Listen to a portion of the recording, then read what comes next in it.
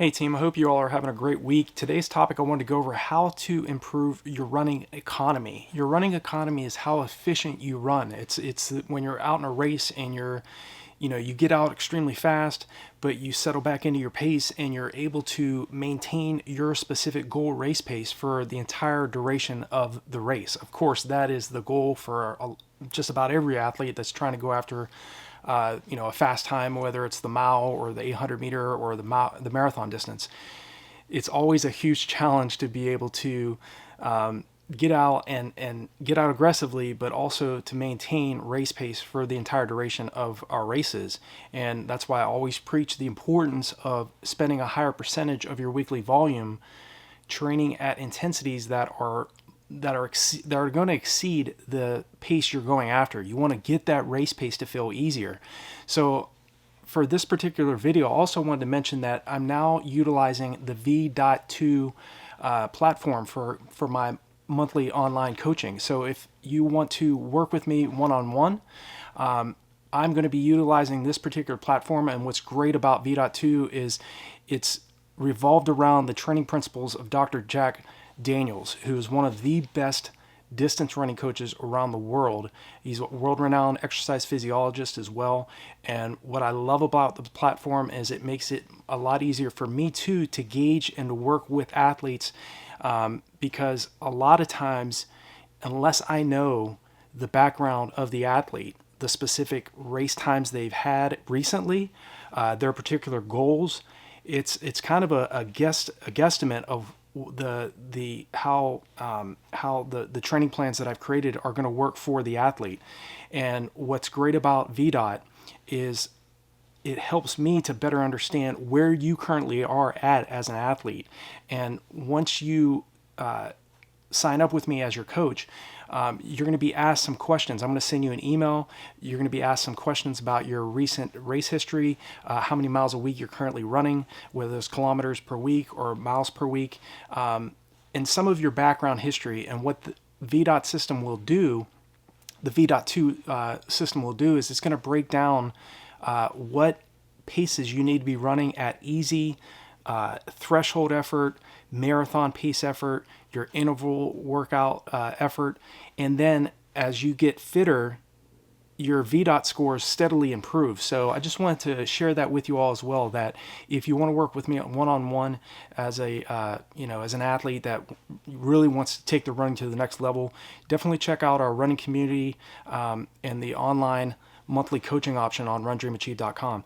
But as we talk about this specific topic of how to improve your running economy, it is critical that you have to train well below your goal race pace. It's not easy to get in great shape. I understand this because after all of my racing seasons, I usually take 2 weeks completely off, gain weight, and that's why it's very important too to get away from the track, get away from the roads, allow yourself to decompress and to recharge and your body to rebuild itself from all those months of hard training that you've been doing. To improve running economy, you have to develop your speed. You have to focus on doing those types of workouts that are extremely difficult, that are extremely anaerobic, so that you get that race pace that you're focused on to feel more like a tempo effort.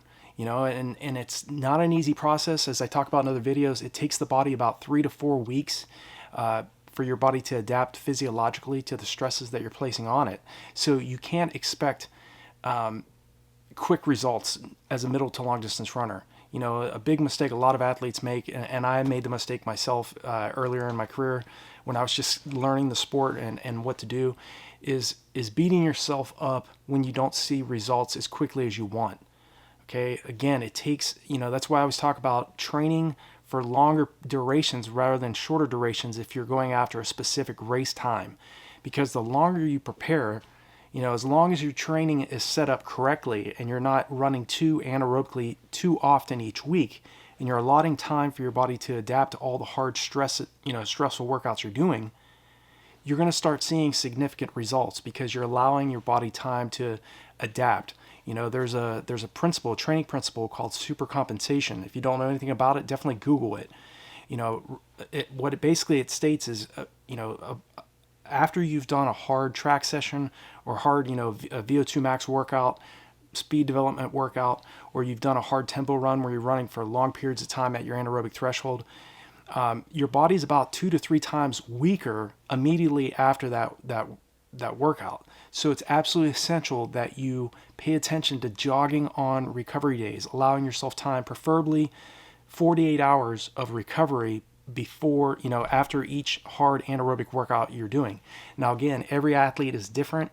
The athletes I've trained over the years too that are elite level athletes or national class level athletes, they may be doing a track session in the AM and only need about 24 hours of recovery before they do another harder anaerobic workout. So again, it's dependent on the athlete. We're all different. We all come from different backgrounds. So, but for most cases, especially as you get older, you have to allow enough time for your body to adapt so that you start seeing results from your hard anaerobic training that you're doing. To improve running economy, to run more efficiently throughout your race, you have to also train mentally as well. You have to, not only focus on the physical workouts, but also train mentally rehearse, see yourself performing at high levels and doing that consistently, not just as you do physical training. You have to focus also on, seeing yourself doing what you want to do before it occurs in real life. You also have to focus on staying relaxed, especially at sub-maximal efforts or at maximal efforts when you're out doing, repeat 400s on the track, or you're doing, fartlek workouts where you're running maybe 2 minutes hard, 1 minute easy, 2 minutes hard, 1 minute easy, and you're doing, 10 to 15 sets of those types of workouts. Or you're doing sprint workouts where you're really running at closer to 100% of your maximum heart rate. That might be repeat 300s on the track at your, 3K to 5K race pace. Those types of efforts, coupled with all of the other factors that go into running great times over the middle to long distance races, will set you up for success. But you have to have a plan in place. Okay, I do have on RunDreamAchieve.com, I do have training plans that range anywhere from 4 weeks to 16 weeks in length for distances from anywhere from the mile to the 50K distance. So there are options for you here on RunDreamAchieve.com. As I mentioned before, if you want to work out one-on-one with me, there is the monthly coaching plan. I'll leave links below all of my videos, as you all know, for resources that can help you take your running to the next level. But again, how to improve running economy comes down to patience. It comes down to a long-term approach in terms of how you're setting up your training. It takes training much, much faster than goal race pace. It also takes training at your anaerobic threshold and extending the amount of time you're training at that point where lactic acid starts to build up in your blood and your body. Because again, if you're running too aerobically too often, all it's going to make you is an outstanding, easy, long, slow distance runner.